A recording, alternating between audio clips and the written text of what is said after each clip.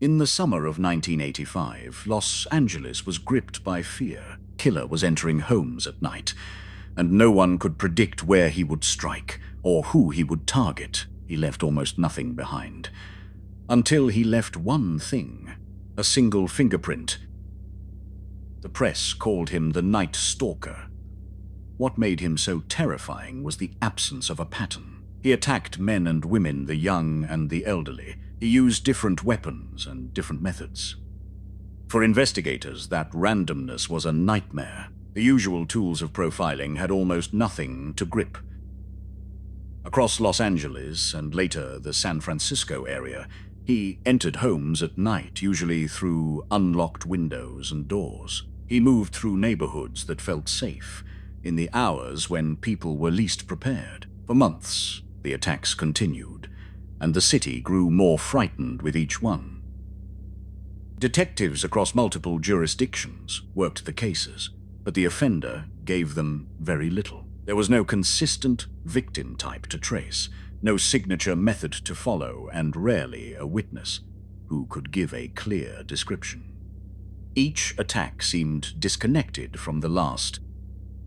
Over roughly a year, the same offender was linked to at least 13 murders and a long list of assaults and burglaries. The fear peaked in the summer of 1985, when the attacks came faster and the newspapers covered little else. The public response was extraordinary. People bolted their windows in the summer heat. Gun shops reported a surge in sales. Whole neighborhoods organized watches. The Night Stalker had not just committed crimes, he had changed how an entire city slept. The break began to come, as it often does, from the people who survived. Witnesses and survivors gave investigators fragments, a description, a vehicle seen in the area. Slowly, the scattered cases began to point in the same direction. One of those leads was a car, stolen and then abandoned. When it was recovered, technicians processed it carefully and lifted a single usable fingerprint. On its own, in 1985, a lone fingerprint was often a dead end. Searching it by hand against millions of records could take a lifetime. But California had just brought online something new, a computerized fingerprint database known as AFIS. Instead of a manual search that might never finish, the print was run through the system, and it returned a match in minutes. The name it produced was Richard Ramirez, on file from an earlier, minor arrest. For the first time, the investigation had a specific person. The match did not come from understanding his mind or predicting his next move. It came from a machine, comparing ridges and whirls faster than any human team ever could. Investigators made a decision that would define the ending of this case. They released his mugshot to the press.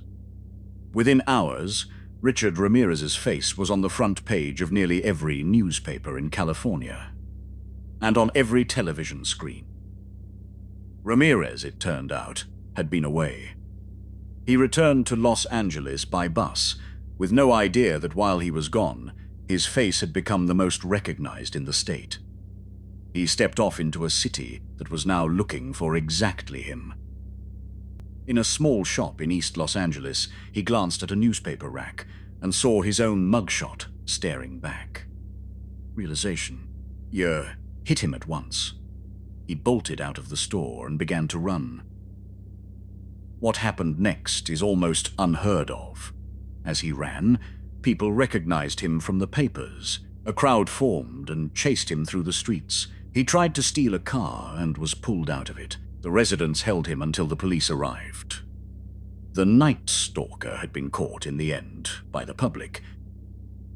On August 31st, 1985, officers took Richard Ramirez into custody, almost certainly saving him from the crowd. The man who had terrorized Los Angeles for a year was now in handcuffs, identified by a fingerprint, and run down by the very people he had frightened. The legal process was long and difficult, stretching over years. But in 1989, Richard Ramirez was convicted of 13 murders along with dozens of other felonies, including assaults and burglaries. He was sentenced to death. 13 murders, dozens of additional crimes, a year of fear across 2 regions of California. And in the end, a case broken not by a profile, but by a single fingerprint and the speed of a new machine.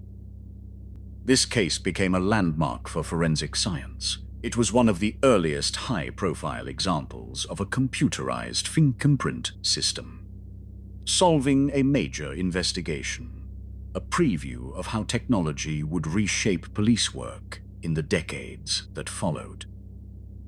For the families of the victims and for a city that had spent a summer in fear, the arrest brought an end to the immediate danger. But the scale of what had happened and how close ordinary homes had come to it left a mark on Los Angeles that lasted long after the headlines faded. What stands out about this case is how it ended.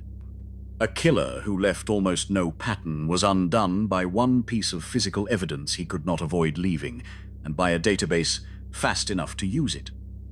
And then, in a final twist, by the public itself.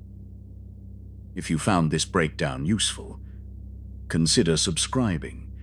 Each episode looks at how one case was actually solved, and the single piece of evidence that made the difference. Thanks for watching.